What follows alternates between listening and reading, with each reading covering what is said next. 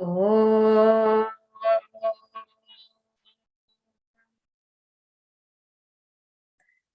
Om.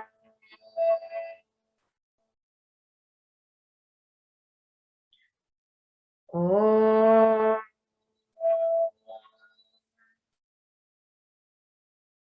Om Sahana Vavatu Sahanau Bhunaktu Saha Viryam Karavavahai Tejasvinavadhitamastu ma vidvishavahai. Om Shanti Shanti Shanti. Samasta Jana Kalyane Niratam Karunamayam Namami Chinmayam Devam Sadgurum Brahma Vidvaram. Okay, so let us get to Bhaja Govindam. Last week we were on verse 14, so let us read that. We'll recap a little bit and then we'll move on. Jatilo Mundi Lunchita Keshaha Kashayambara Bahukrita Vesha Pashyannapi Chana Pashyati Mura Yudara Nimittam Bahukrita Vesha Bhaja Govindam Bhaja Govindam Govindam Bhaja Muramate. So last week, we saw this caption, don't fake perfection, live with sincerity. So we saw that sometimes people in different walks of life, wearing different uniforms and different professions, they do not live up to what their uniforms stand for, be it in politics and education and government and religion. And this is because of their craving for comfort, craving for whatever money, whatever luxury, whatever food that profession provides them. And it's because of that they don't live up to their convictions. Maybe they might accept bribes. Maybe they might pretend to be something that they're not, just so that they can get by with life. Or maybe they try to just protect their own ego. And so what we learned in this is that people who pretend or fake to be something else just for their own comforts or for their own wants, they really create a lot of disruption, not only in themselves, but in society. In oneself, that disruption is that we live in denial. We live in denial, thinking that we are better than what we actually are. We think that, yes, we stand for something, but really inside we don't.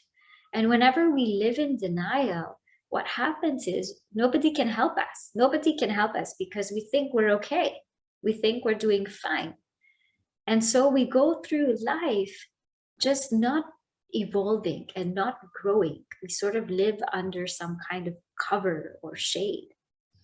But when we live life with sincerity or acceptance, we understand that we too have shortcomings. We understand that we too are not perfect, and that's completely okay, as long as we are sincerely walking the path. Because we learned that life is not between us and the world, life is really between us and God. Can we live life every day and face God every night with a clean heart? If we can, then we're living with sincerity. We don't have to appear to be perfect to protect our own ego or reputation, because nobody is perfect. The body, mind, and intellect will never be perfect. The only perfect thing is Atman, or the self. But what we can do is just be sincere. So when somebody fakes perfection, not only is there an inner conflict within themselves because they're trying to portray what they're not, but there's also a loss of faith, because eventually that person will crumble and will break down. And if that person belongs to an institution, a government, to a particular group, that whole group, the faith in that whole group, in that whole system will fall. And not only that, we also saw that sometimes we impose perfection on children. And so they feel like they have to appear perfect in front of us and do everything perfect in front of us. And they're afraid to make mistakes. There was one study, that were given to children, and they were given two problems. One was an easier problem, one was a hard problem. Most of the children chose the easier problem. Why? Because at least they would perfect it. At least they would get praise for it. They're afraid to take something on higher and commit mistakes. And so this is what this is the precedent we set when we appear as though we are perfect and we expect perfection from everybody else. Life is about sincerity. And this is what we learned in verse number 14. Now today we're going to see verses 15 and 16. And the underlying theme in verses 15 and 16 is that true spirituality is not excessive indulgence, nor is it denial, but true spirituality is actually an unfoldment. So first we're going to look at spirituality as an excessive indulgence. How can people actually pursue spirituality by excessively indulging? So let's see verse 15, and then Rashmika ji, you can follow after me.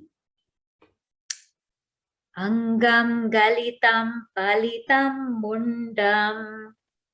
Angam galitam palitam mundam. Dashana vihinam jatam tundam. Dashana vihinam jatam tundam. Vriddho yati grihitva dandam. Vruddho yati gruhitva dandam. Tadapi na munchatyasha pindam. Tadapi na munchatasha pindam. Okay, we'll see it together. Angam galitam palitam mundam dashana vihinam jatam tundam vriddho yati grihitva dandam tadapi na munchatyasha pindam Bhaja Govindam Govindam Bhaja Mudhamate. So what does this verse say? In this verse, Adi Shankaracharya ji paints a perfect picture of old age. What does he say? Angam galitam, the body has been worn out.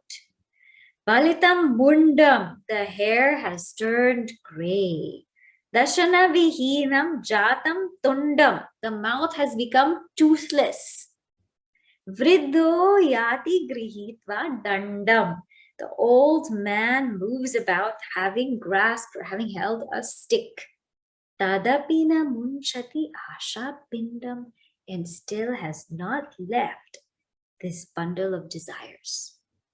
So the body has become worn out. The hair has turned gray. The mouth has become toothless. The old man moves about leaning on his staff. Even then, he leaves not a bundle of desires. What happens with old age is that we reach a very challenging time of our lives. See, old age can be very challenging, but at the same time, it can be very beautiful also. When we live materialistically and a material life without any vision, old age will be very challenging. But when we live with a spiritual vision, old age is very rewarding. Now, first, let's look at living a very materialistic life. Who is this person? This person described in this verse has lived their whole life in pursuit of selfish desires. So their whole life was driven after name, after fame, after money, after society, after pleasure. Their whole life was just driven with that.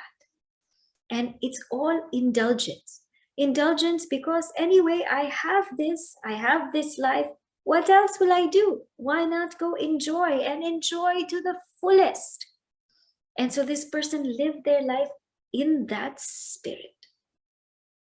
Now, what do you think happens to the mindset when they grow older? It's very tough. It's very tough because, as we all know, what we learned in Vedanta, desires don't go away by fulfilling them. They become more. It's like pouring ghee into a fire. The more desires we have, the more they'll grow.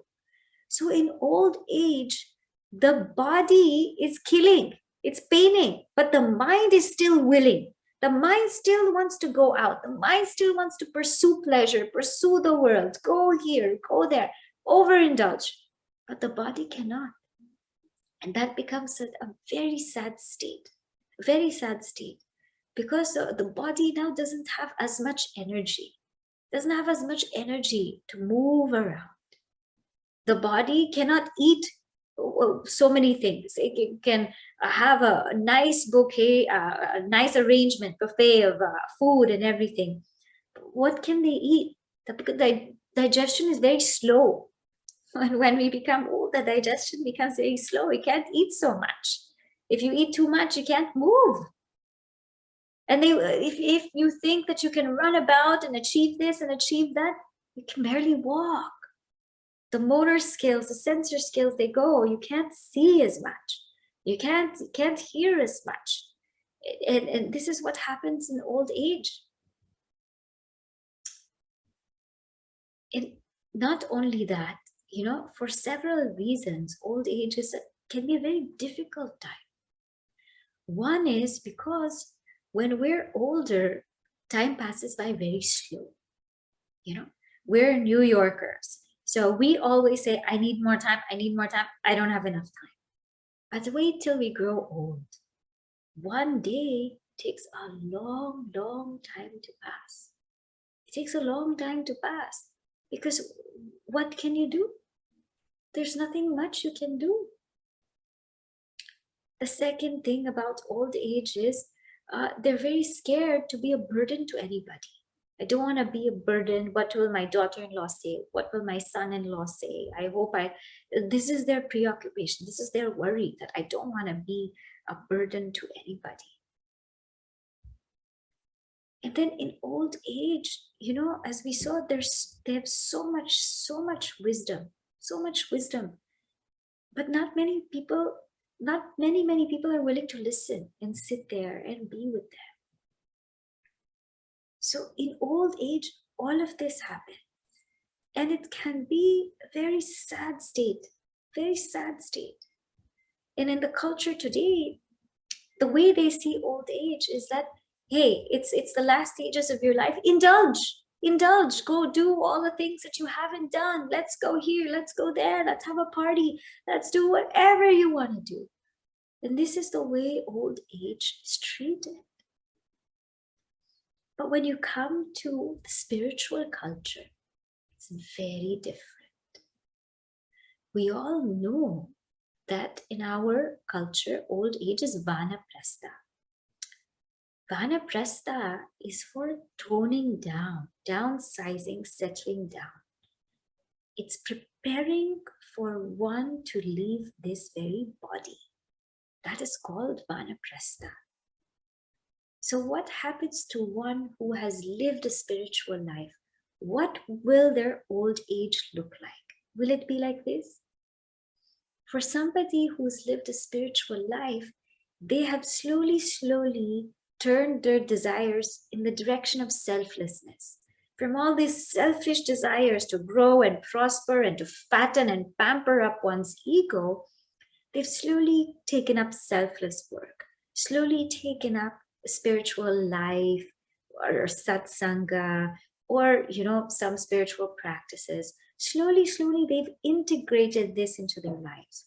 Slowly they've understood that they have to take care of their body, their mind, their intellect, and that these are tools to evolve and to serve the higher. So slowly they have understood this. And so what happens is old age is a different picture for them. By the time they get to the later stages of life, they're not anymore interested in all of the desires and pleasures that the world has to offer them. In fact, they're actually pretty content. And even if their children have left and now they're empty nesters, they're not lonely. They're alone, but they're not lonely because they know what to do with their time. They have gone through enough satsanga.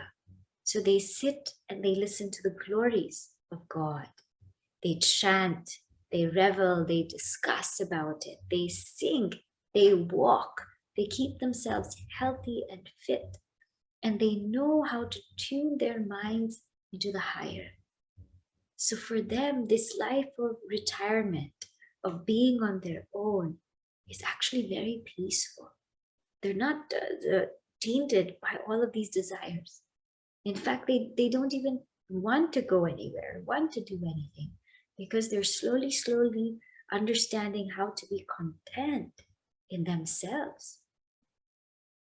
It is said that in our scriptures, when one's hair starts to turn gray, one starts to get wrinkles, and one's grandchildren have come, then it's time for vanaprastha. It's time to retire and accept that's life. Accept that that's now the time to go within. Because the rest of the few years that are remaining, one would want to spiritually evolve as much as they can. So they would not have this kind of picture. So what this verse is trying to tell us that, look, excessively indulging is not the way to go in life. Because if we excessively indulge, we will be in a really bad state in old age. We will be wanting to do so much, but we really cannot. The body cannot. So in the mind, you're willing, but the body's paining. But for somebody who's lived a beautiful life, what happens? Old age is welcome. It's welcome. Look, there's no way to escape gray hair and wrinkles and the skin sagging.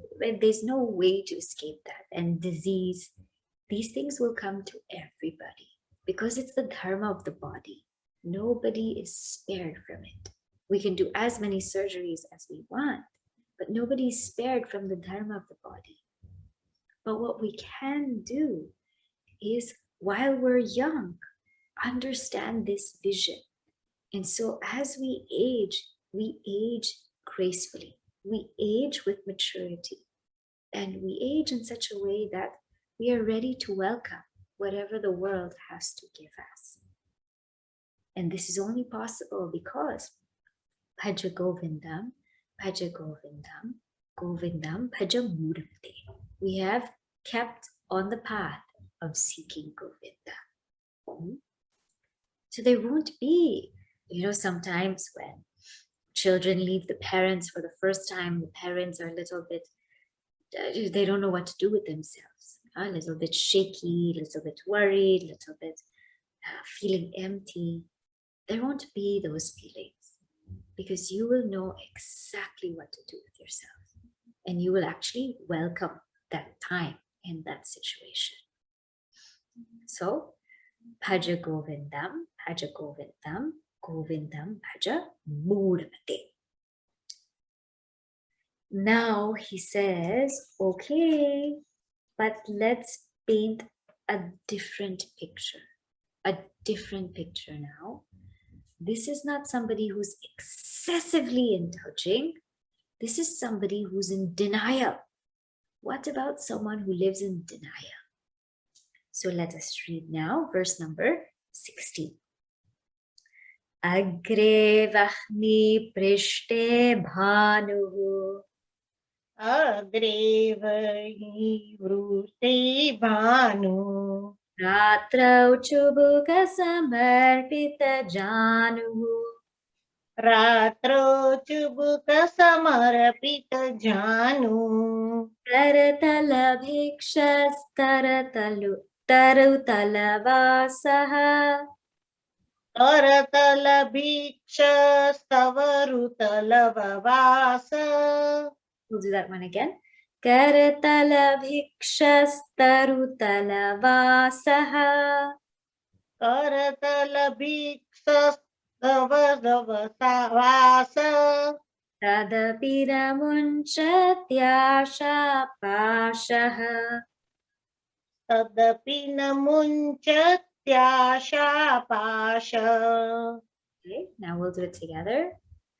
Agre vahni prishte bhanu ratrau chubuka samarpita janu karatala bhikshastarutala vasah tadapi namunchatyasha pasha bhaja govindam govindam govindam bhaja mudhamate.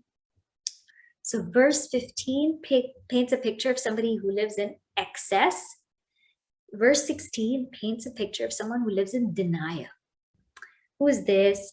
Agre vahni. In front, there's a fire. Prishte bhanu. And at the back, there's the sun. Ratrau chubuka samaripita jan. And in the night, one is holding their knees tight with their chin. Karatala bhikshaha. And their bhiksha is only this much, whatever they can hold in their palms. Where do they live? Tarutala vasa. They live under the shelter of the tree. Tadapina munchati asha pasha. And still the noose of desires hasn't left them. So picture somebody, who's in front of the fire. And then at the back, they have the sun as heat.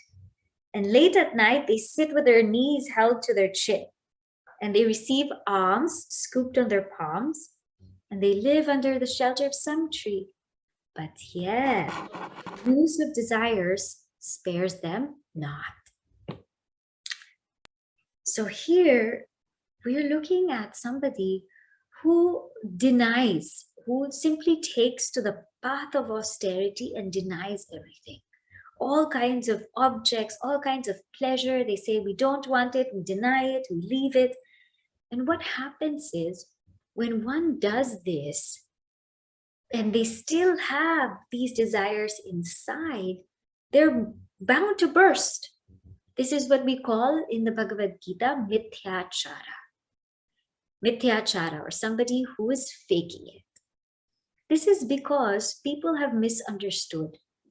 Sannyasa, renunciation, or letting go, or even simplifying, is not merely the renunciation of objects, it's the renunciation for thirst of objects. That's what it's about. Being austere and being tapasvi and appearing to live so purely and simply, that does nothing if there's still desires in the mind. So real renunciation is when the actual rasa, when that actual desire, the taste for those desires, when that goes, that's actual real renunciation. It's not just the mere renouncing of objects. So now, how should we live our lives then? Vedanta is telling us not to excessively indulge, but Vedanta is telling us not to deny, because what if there's still some taste, some desire in the mind? So Vedanta is saying, don't deny that. Then what do you mean? How do you live? You see, there's a path here. There's a path of suppression and there's a path of sublimation. Suppression is like this. Suppression is when we feel that we are forced into something. We feel we are forced into something either because somebody has told us to do it, either because we have pressure from our society or from a family. So we have some kind of pressure or force. Now, I'll give you a very basic example so that you can understand what suppression is and how it's different from sublimation. Let's say somebody likes sweets, somebody likes chocolate cake, huh? But let's say somebody's a diabetic. So in suppression, what would happen is one feels that out of force, he or she has to avoid that cake. Avoid that cake out of force. People are telling me to stop eating it. I want to eat it. I'm so upset. I just want to eat that cake. Huh? But they feel there's like a battle inside. And why this happens in suppression is because there's no higher goal. There's no higher goal. But what is there to do in life anyway? Why not just eat, drink, and be merry? There's nothing else to do. So why can't I just eat that cake? You know, there's no higher perspective. And because of that, what happens is if let's say they don't eat that cake, then they're bummed out. I should have just eaten it. Anyway, I only live once, so what? You know? So this kind of bitter feeling is called suppression. This is not a seeker. This is not a seeker of Vedanta. This is not what we're encouraging. What we're encouraging is one to work with themselves on the path of sublimation. What is sublimation? So let's take the same example again. Let's take the same example. I'm giving a simple example so you can understand, then we can look at deeper examples. This cake, right? So the one who's sublimating has their own inner conviction. It's not that anybody's telling them, anybody's forcing them. Out of my own will, I understand this is not good for me. I understand, I clearly know that this is not good for me and therefore I don't want it. But how is that conviction there? Why is that conviction there? Because I have a higher goal in life. I know that life is not just simply indulging in pleasure. Life is about evolution. It's about growth. And I know if I'm going to spiritually evolve in this life and unfold and reach that state of bliss, then I have to keep my body healthy. I have to keep my mind pure. I have to keep my intellect sharp. I have a higher goal. And therefore, I know this is not for me. And so this kind of person who sublimates, then what will they have? Earlier, the person had FOMO, right? Fear of missing out. I missed out that cake. The one who sublimates has the joy of missing out. I'm happy I didn't have that cake.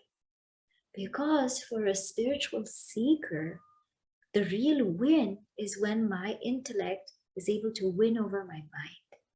When my intellect is able to win over my mind, that's a real win for me. And so then the seeker is able to grow and sublimate. So the path in Vedanta is not excessive indulgence, and neither is it denial. Rather, it's called an unfoldment. It's an unfoldment because it's a gradual process. Nobody succeeds in force. When people force us into anything, we don't succeed so well. You might succeed for a little time and again you come back. But in the process of unfoldment, what happens is you are using your own conviction, your own thoughts, your own experience. This culture is so beautiful because you're allowed to question, you're allowed to think, you're allowed to see. And in fact, it says, see for yourself. And that is why when we all discussed as well, the most important verse for many of you was verse number 9, satsang, right? What Vedanta says is, soak yourself in satsang. Soak yourself in good company, in positive company, in things that will highly inspire your mind. You just do that. The primary dharma of a seeker is you engage in satsanga. Not only here, but people in your life who are very uplifting and positive. Engage in that satsanga. Why? Because that will change your thinking. It will change your thinking slowly, and will work on you. Then you yourself will feel that thirst to evolve and grow. And when you yourself feel that, that's called unfoldment. And that is how Vedanta is saying to evolve. Evolve through this process of unfoldment. So don't excessively indulge, don't deny, but slowly, slowly, at your own time, at your own pace, unfold. Then what happens is that unfoldment has maturity. It has maturity, and one doesn't also walk back. Huh? Certain times we go so fast, so fast, so fast, so fast that we end up falling. But there's a beauty in somebody or in someone who walks the path carefully and evolves and grows. There's a story of the bamboo tree and the fern tree. It's one of my favorite stories.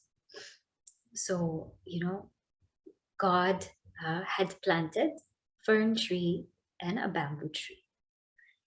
And so, people were watching this bamboo tree and this fern tree. And in a few years, they saw the ferns were just really, really growing. They were growing. A lot of them were growing. But they're ferns. They're small, not so big, but they were really growing all over the place. All over the place they were growing. But then the bamboo, nothing was really happening. Nothing was really happening to the bamboo. Barely, just very barely. And again, years passed. And that, again, that fern tree was growing in all places. And that bamboo barely growing. But after a few years, everyone was like, God, what happened? Is it that you like the fern tree more than you like the bamboo tree? So God said, just wait. Wait for a few more years. But they were like, but why isn't the bamboo growing? And God told them, look, just because you can't see, that doesn't mean it's not growing. The bamboo is growing its roots. It's growing inside. It's growing its roots. And in 1-2 years, it will shoot up much further and much higher than any of the ferns. So the idea is that we are all growing. Every day we are all growing. Just because we don't see visible signs outside, that doesn't mean we're not growing. We may be growing roots. In fact, we may be growing really, really, really strong roots. And that's what matters. What matters is to grow really, really, really strong roots. Someday, who knows, it will blossom. That's how a seeker walks. They keep themselves rooted, grounded, and then they bloom forth. This is the way of unfoldment. All right? Okay. Now, the question comes, right? The question comes now, okay, I get it. I'm unfolding in the path and I'm slowly walking on the path. But how far should I go? How far should I go? So in verse 17, the tagline is, knowledge means know the edge. I should go until the realization of truth. I should go until I get to that path of knowledge. So let us read verse number 17. We might not be able to complete today, but maybe we'll do at least 1 or 2 aspects of verse 17. Kurute Ganga Sagar Gamanam Kurute Ganga Sagar Gamanam Vrata Paripalanam Athava Danam Vrata Paripalanam Athava Danam Jnana Vihina Sarvamatena Jnana Vihinah Sarvamatina Ajatina Muktim Janmashatena. Bhajati Muktim Janmasatena. Kurute Ganga Sagara Gamanam Vrata Paripalanam Athava Dhanam Jnana Vihina Sarvamatena Bhajatina Muktim Janmashatena Bhaja Govindam Bhaja Govindam Govindam Bhaja Mudhamate. Here we see Kurute Ganga Sagara Gamanam. So one goes to a pilgrimage to where? Ganga Sagara, where Ganga meets the ocean. Vrata Paripalanam, one observes vows. Athava Danam, or distributes gifts, charity. Jnana Vihina, devoid of the experience of truth. Sarvamatena Bhuktim na bhajati. According to all schools of thought, one does not attain release or moksha, janmashatena, even in 100 lives, jnana vihina, without the experience of truth. Therefore, seek Govinda, seek Govinda. So in verse 17, we see, one may in pilgrimage go to where the Ganga meets the ocean, called Ganga Sagara, or observe vows or distribute gifts in charity. But if he is devoid of first-hand experience of truth, or what we call knowledge, according to all schools of thought, he gains no release, even in 100 lives. So here, what is happening to the seeker is sometimes we get stuck. We get stuck in our spiritual practices. Yes, okay, I'm evolving. I'm going for pilgrimage. I'm taking vows. I'm giving charity. I'm doing social service. I'm doing all of these things. So I am evolving. Yes, we are evolving, but don't stop there. Go all the way until the realization of who you really are, because only then one is truly free. So all of these practices have their place, and their place is chitta shuddhi, or purification of the mind. But remember, moksha or mukti is not purification of the mind. Moksha is becoming free of that very mind, going beyond that very mind, realizing that our nature is Atman, that which is beyond the body, beyond the mind, beyond the intellect. So now let's just take a look at these practices, their purpose, and how they also add beauty. So as I said, these practices are important, but the import of this verse is do these practices, do them, because they are beautiful and meaningful, but don't stop there.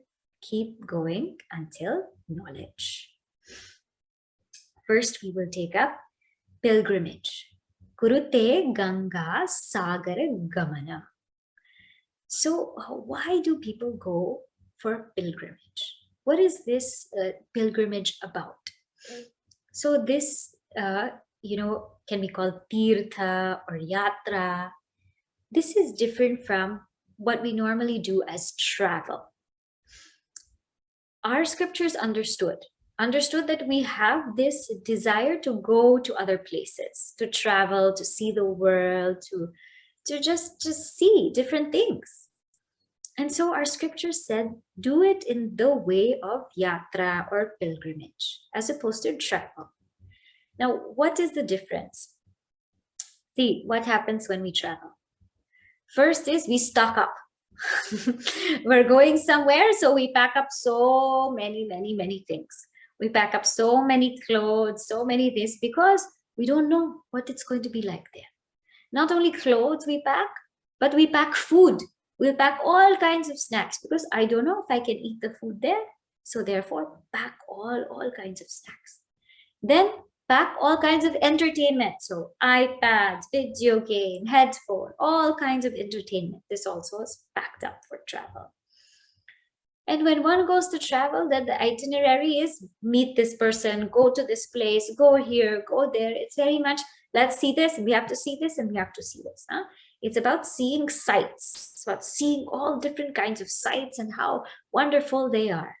And it's about also meeting people, dining, which restaurant to go to. I want this cuisine and that cuisine. All of this happens when we travel. Now, how is a yatra different? So first, a yatra is one where we pack less. We pack less. We pack light. We pack light because we are ready for a journey within. We're not going to a journey without. We're not going to a journey for all the sights and sounds. We're going to the journey of the ultimate seer. We pack light. Whatever food and all of that, we don't pack because there's that sense of surrender. Whatever is there, we will take and we will eat. So there is that sense of adaptability, that this is the way that I will be in my journey because I have to learn to adapt to other environments, to other people. In a yatra, what's the entertainment? Bhajan, stotram, chanting, katha. So in the car, there will be bhajans, discourse, just listening to divine satsangs, divine chants. That will be in the car. And wherever it's going, wherever people are going, whether it's to an ashram, to a temple, to a body of water, to nature, that's also a place of pilgrimage, to a park, that's also a place of pilgrimage. But the mind is kept in the higher. Mind is kept in the higher. Mind is kept in the higher. And then what happens is finally when you get to that place, then you're encouraged to connect with it. Huh? You're encouraged to be on your own. You want to be on your own, you're encouraged to be on your own. Nobody pressures you that you have to hang out with us, you have to meet us, we have to do this. There's no pressure of that kind. When people are going for a yatra, solitude is encouraged, silence is encouraged. Be by yourself and just relish this truth. Go within to that ultimate seer. And so this is our culture of pilgrimage and yatra. This is why we've undertaken it. Our rishis knew so well that the desire is within us. They said, yes, it's fine. And you should go. Why not go to these places of temples, these places of saints and sages, to nature? Why not go to these healing and wonderful places?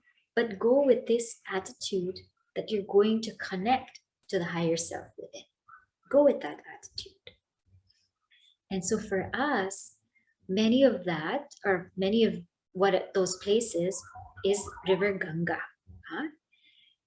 River Ganga is really, she's our mother, so she's Ma Ganga. Adi Shankaracharya ji has also written stotrams about Ganga Mata.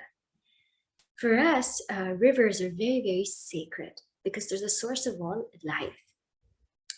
And so going in a dip in Ganga becomes a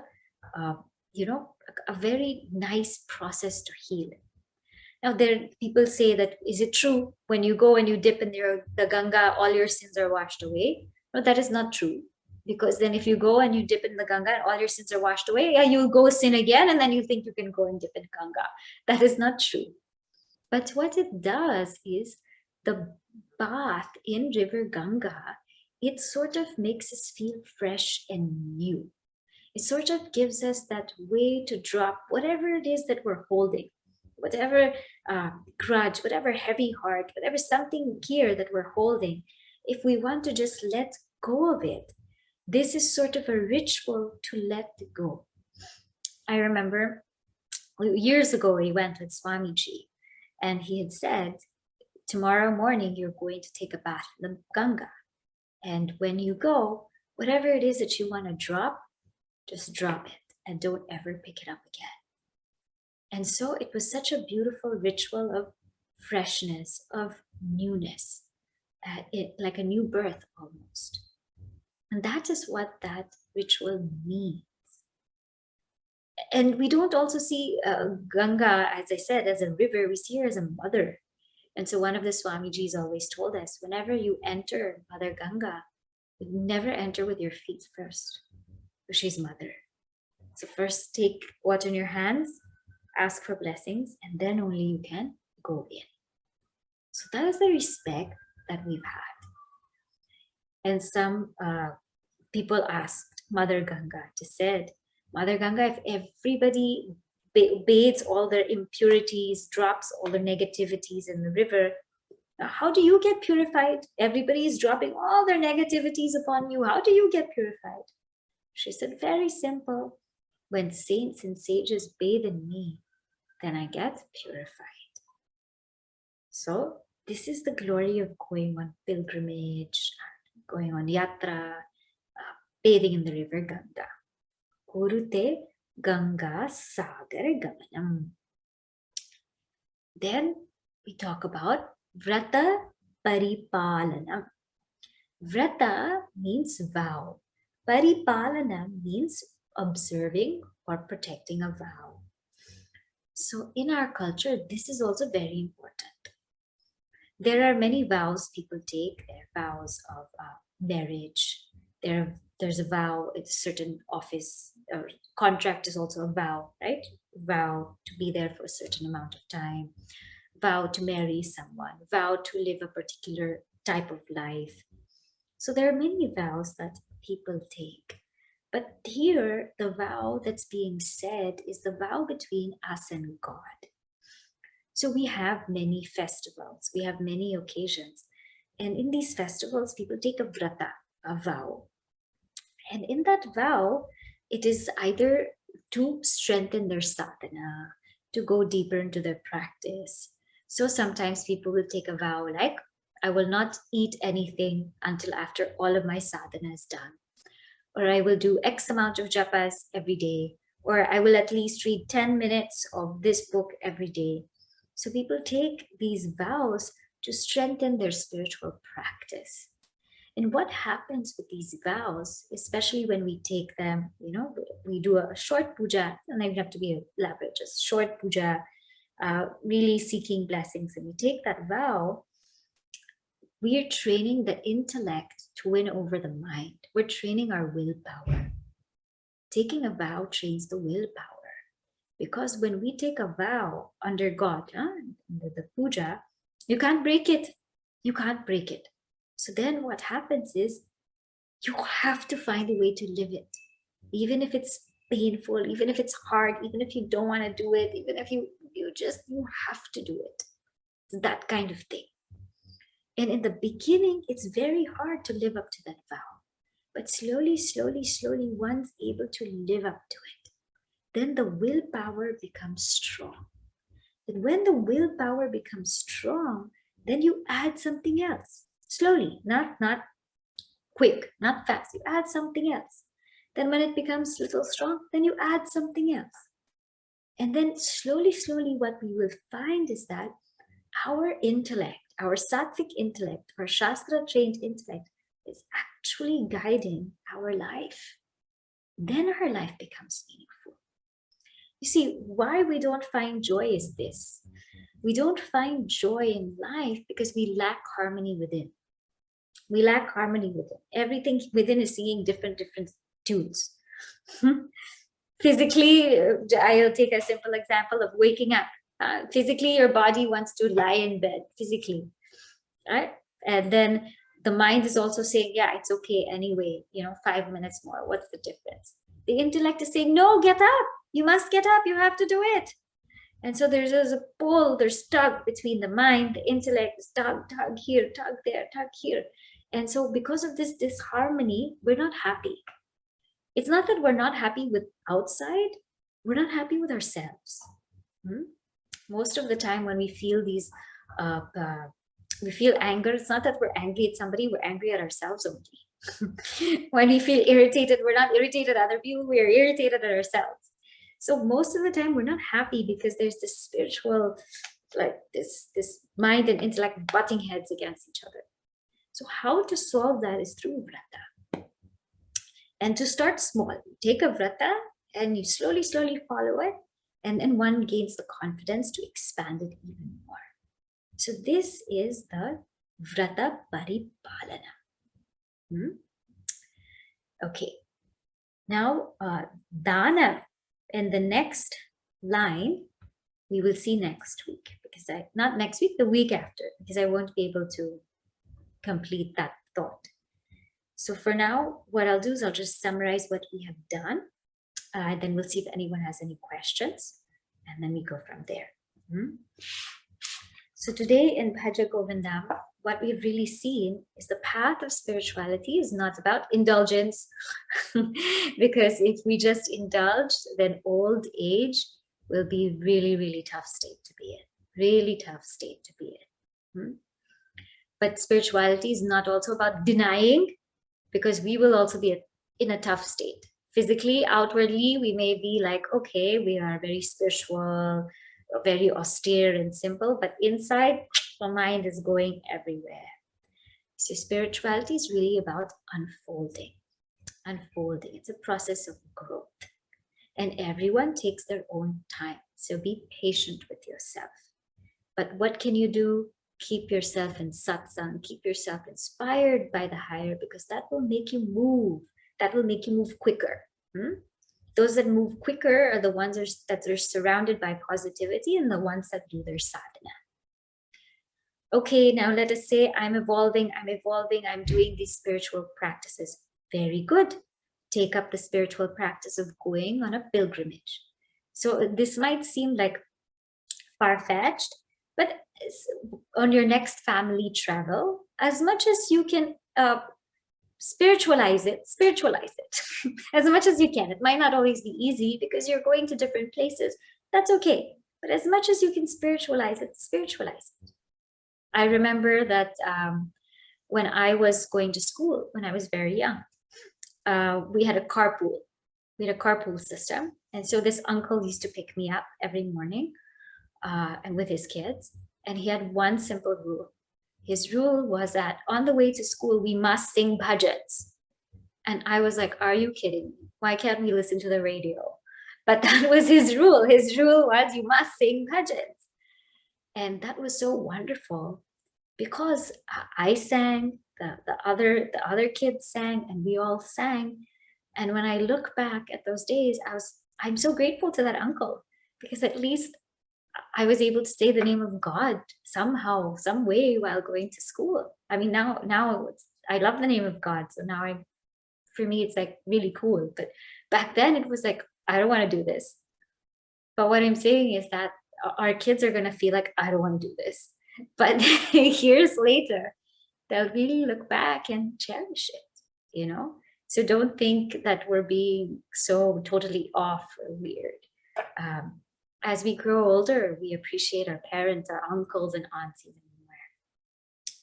So like going on a pilgrimage, or like taking a vow to strengthen one's willpower. And doing these are very powerful practices, but go to the end.